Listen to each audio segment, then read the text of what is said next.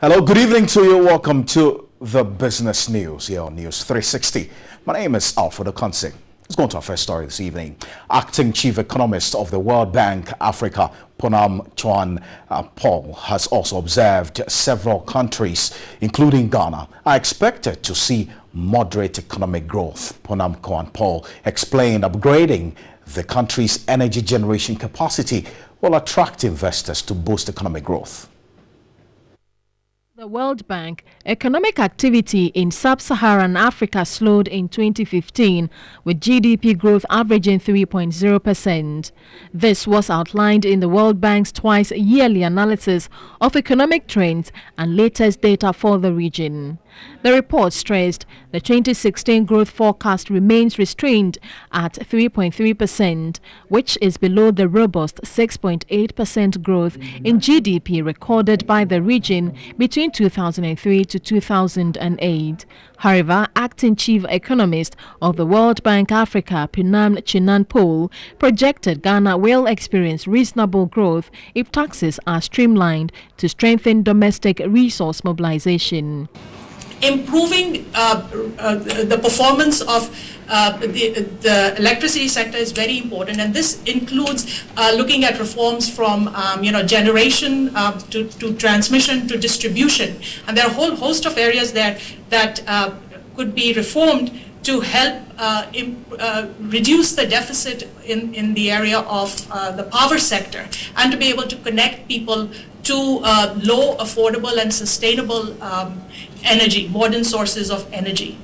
She also suggested prudent borrowing for maintaining the country's debt sustainability. Reducing costs for doing cross-border trade is very important. We know that export costs and import costs are much higher in sub-Saharan Africa, and some of this is of course because of transportation, but there are also other logistical costs that tend to increase the cost of doing business. Overall, growth is projected to pick up in 2017 to 2018 by 4.5%.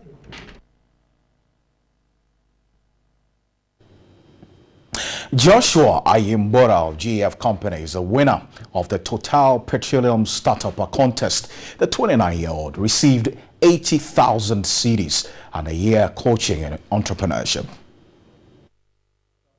The Startup of the Year contest by Total Petroleum Ghana seeks to identify and support young entrepreneurs in Ghana with funds and coaching in business. Hundreds of applicants submitted their proposals to partake in the contest when it was launched in 2015.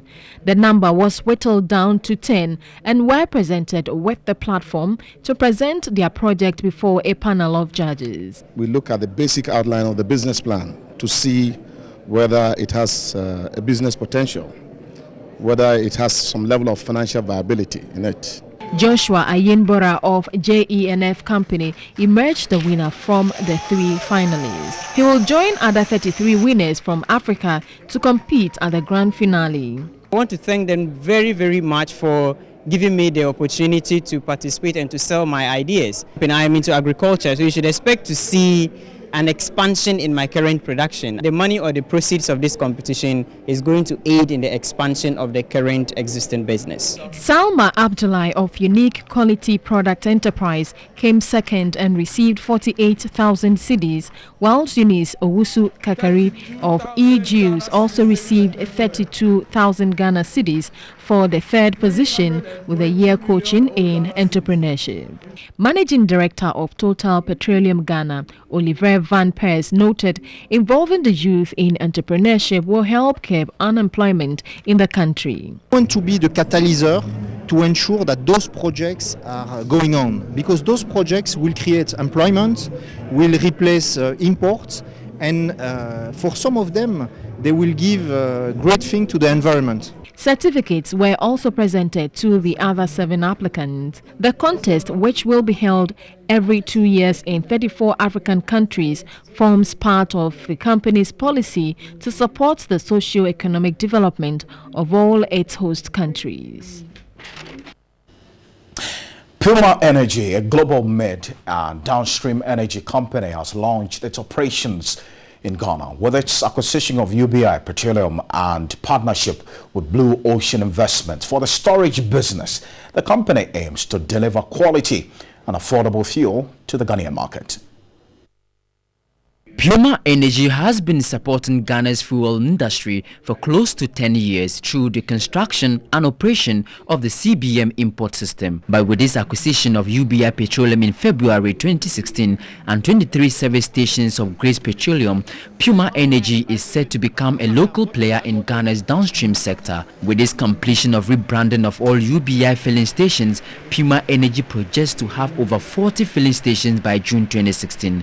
According to the Chief Operating Officer for Africa, Christophe Zid, Puma Energy seeks to build infrastructure and make affordable fuel available to consumers through its growing retail network stations. It gave us a first foothold because it gave us access to depots that still needed to be finalized. That was more with the Blue Ocean part, which we have now been doing. It offered us the first retail network, but of course now it's really the team itself that will have to deliver. We have the right assets, we have the right people, so we're now going to keep on growing. Puma Energy, through its partner Blue Ocean Investments, has built 3 new storage terminals at Kotoka International Airport, Tema Ridge and Takoradi. The Kotoka International Airport Terminal, which has a 10 billion litre storage capacity, positions Ghana as a contender for major airlines using it as a hub for the West Africa sub-region. So Alive and Kicking is essentially a program to help create good quality and cheap footballs for children. It also employs disadvantaged people, whether that's disabled people or otherwise marginalised people, by giving them a job. With its focus on integrated midstream and downstream activities, Puma Energy has a reputation for achieving significant economies of scale and operating efficiencies, which translates into competitive costing, managed risk, secure supply and seamless delivery. NDK Financial Services has launched its 25th anniversary in Accra. Managing Director of the company, Okoni Koijani, said NDK will provide longer-term facilities in manufacturing, construction and real estate to support growth and expansion of the economy. NDK began its operations in 1991 from a small office building in the Kingsway building in Accra. Its first clients were primarily traders, businessmen importing goods for sale, and individuals who needed loans. The business grew and in a few years became the alternative to banks. By 1997, NDK Financial Services had grown in its clients base and managed to relocate into its own building in Osu, where brisk business continued.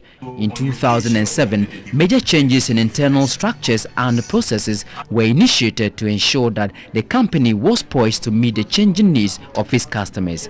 Its investments arm is regarded as a leader in the industry, providing safe professional services while guaranteeing clients excellent returns on their monies. Well, the journey of lending and investments and banking in this country has its good side and has its challenges. And over the 25 years, I believe that we have faced everything, the good and the bad. We've learned our lessons. And I can talk about more positive things that are happening to us. And we have made progress and we are continuing to make progress.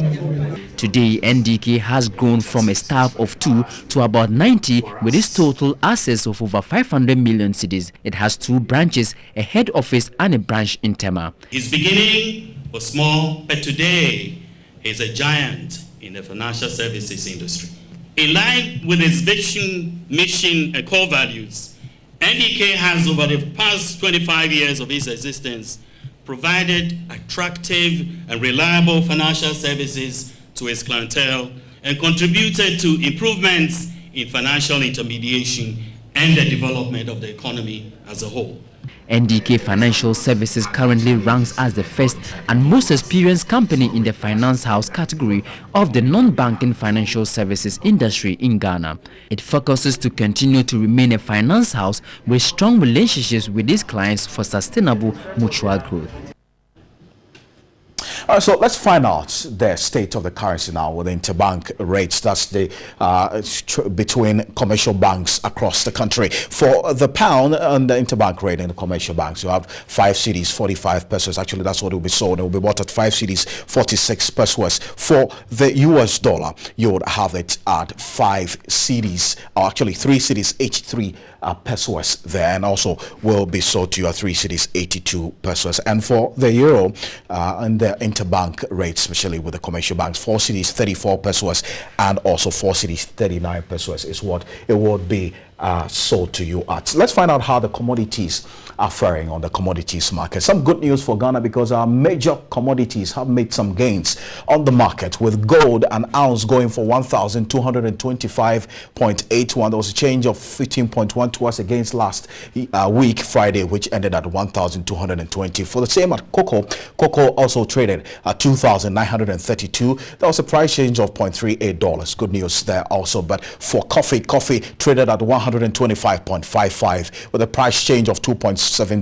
Good news for coffee farmers. And for cotton, sold at 60.70, price change of 0.063 there as well. And for crude oil ended at $38 and $39 thereabout. It's crossed the $40 and that's a barrel today, and it's about 42.57 there, price change of 0.63. So good news indeed for Ghana and the major countries also producing oil. My name is Alfred Kansis.